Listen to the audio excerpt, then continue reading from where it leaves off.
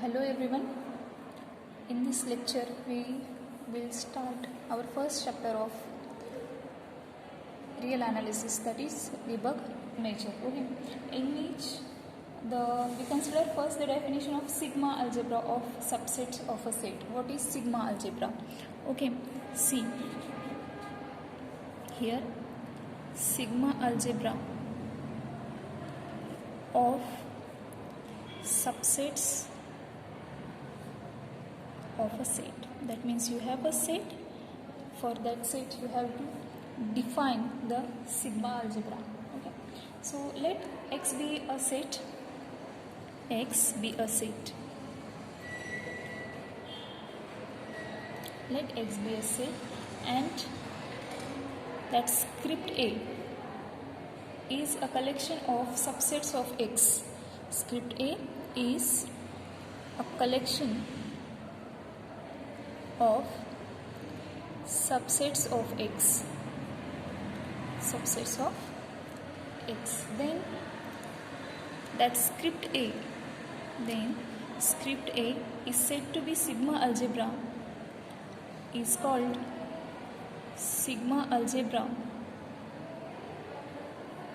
of subsets of X, subsets of X if, when we say that script A is a sigma algebra, if the first condition is phi belongs to A. Okay, phi belongs to that script A. Okay. Then second condition is, that means phi should be in that collection. Okay, empty set should belongs to that condition. Okay. If A belongs to that script A, that means A is a set which belongs to that collection script A, then its complement, then X minus A belongs to that collection, then X minus A also belongs to that script A. Okay, that means complement of a set should belongs to that collection. Okay. And third property is countable union of countable collection of set in script A is also belongs to script A. That means third property is union of AN belongs to that script A of AN should belongs to is a subset of, okay, is a subset of that script A. Okay, that means countable collection of union of countable collection of sets of that script A, that total, that union should be in that script A. Then we said that that collection, that is script A, is a sigma algebra. So sigma algebra means what? For any set X, any collection is said to be sigma algebra of that set when phi belongs to, that means empty set belongs to that set script A, and if any set belongs to that particular collection, then its complement must be belongs to that collection. Okay. And third, union of countable collection of sets from that set, of that set script A should be that set. Okay, should be belongs to that set. Then we said that that collection is script A. Okay, now we'll start the Lebesgue measure. Okay, so see here, our first chapter is Lebesgue measure. So the collection of Lebesgue measurable set is a, what is Lebesgue measurable set? See here, the collection of Lebesgue measurable set is a sigma algebra which contains all open sets and all closed set. That means it's a sigma algebra collection. The Lebesgue measure means, Lebesgue measurable set means what? It is a collection. It is a collection of, is a sigma algebra which contains all open set and all closed sets. Okay.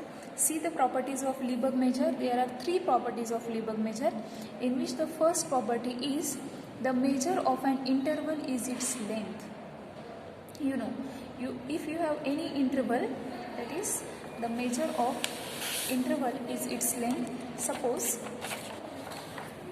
Suppose you have an interval 2 3, that is open interval 2 3. Then what is length of this interval? So length of 2 3, length of this interval 2 3 is equals to 3 minus 2, which is equals to 1. Therefore measure of this set is 1.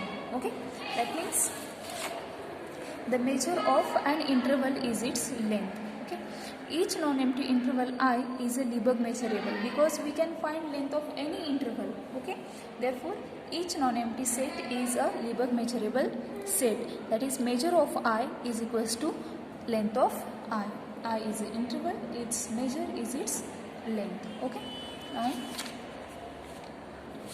see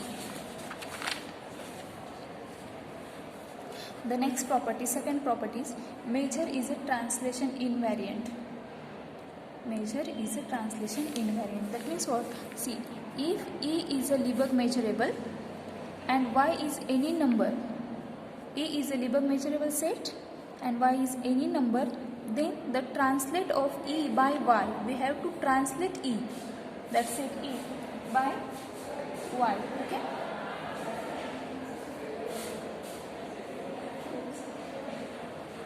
translate E by Y, then it is E plus Y is equals to, okay, E plus Y, that set translate of E by Y is equals to E plus Y, which is equals to X plus Y, such that X belongs to E. Okay, is a Lebesgue measurable set and its measure of E plus Y is a measure of E. That means measure is a Lebesgue measure is translation invariant. Okay, that means measure of E plus Y and measure of E is same. Okay, see, third property is measure is a countably additivity over countable disjoint unions of set. Third property is measure is countably additive over countable disjoint union of set. Measure is countably additive, addition करनी.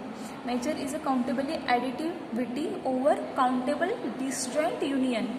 Countable and disjoint. Disjoint means intersection of any two sets is empty set or it is 0. There is no any element which belongs to that intersection. Okay, so countable disjoint union of set. Okay, see, if collection Ek runs from 1 to infinity, 1 to infinity countable. Okay, if Ek runs from 1 to infinity is a countable disjoint collection of Lebesgue measurable set, is a countable and disjoint. That means Ei intersection Ej is 0. Is 5. Sorry, it is not 0, is 5, empty set. Okay, Ei intersection Ej is empty set. Okay, then measure of union K runs from 1 to infinity Ek is equals to summation K runs from 1 to infinity measure of Ek. That is countably additive. Measure, you have to add measure of each sets, E1, E2, E3, E4 and so on. You have such sets, then you have to add their measure. Okay, and then that measure is equals to your measure of that union. Okay, so this is here measure of E1 union E2 union E3 and so on up to infinity, which is equals to measure of E1 plus measure of E2 plus measure of E3 plus and so on. Okay, so these are some properties. These are 3 important properties of Lebesgue measure. Okay. So next, see, outer measure, which is denoted by star. Outer measure is denoted by star. Okay, outer measure of an interval is its length. Outer measure is also equal to length. Outer measure is translation invariant. Outer measure is not infinitely additive. See, first 2 properties of measurable set and outer measure are same. That is, outer measure is an interval is its length. Second one is outer measure is translation invariant, but third property of measure, which is not same as the third property of outer measure. See, outer measure is not infinitely additive, but it is countably sub-additive in the sense that if if collection ek runs from 1 to infinity is any countable collection of sets that disjoint or not, that sets may be disjoint or may not be disjoint. Okay, there was a condition of disjoint here, that condition does not matter. Okay, or not, then outer measure, that is m star of union k runs from 1 to infinity ek is less than or equals to outer measure, that is exterior measure, which is less than or equals to summation k runs from 1 to infinity m star of ek. This is an important property. Okay, see next, a collection of subsets of R is called a sigma algebra. The definition of sigma algebra, which we have learned already, but here it is related to a set of real numbers. Okay, the collection of subsets of R is called a sigma algebra, provided it contains R. That collection should contain R and is closed with respect to the formation of complements and countable unions. That means the properties are same. Formation of complements close with respect to formation of complements means what? If a collection or if a set belongs to that set, that means that collection, then its complement should belongs to that collection and its countable union should belongs to that collection. That means the same. See, by De Morgan's identity, such a collection is also closed with respect to formation of countable intersection. Okay, that means its countable union belongs to that particular collection, but it by using De Morgan's identity. What is that De Morgan's identity? A union B complement is equals to what?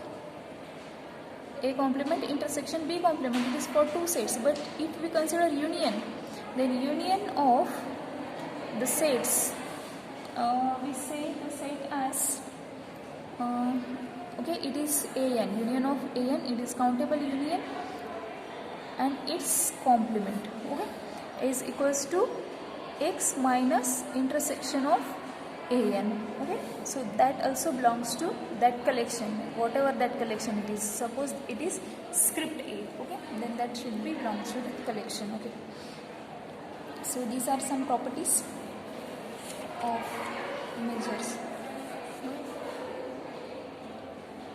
Now see here, example is given. Let M be a set function defined for all sets in a sigma algebra script A with values in 0 to infinity. Sigma algebra is given, that is script A, with values in 0 to infinity.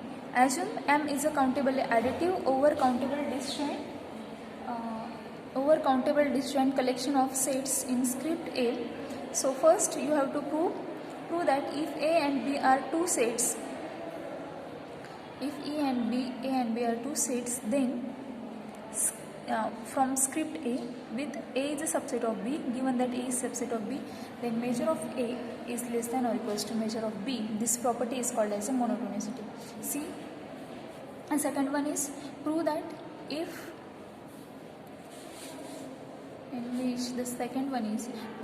there is, a set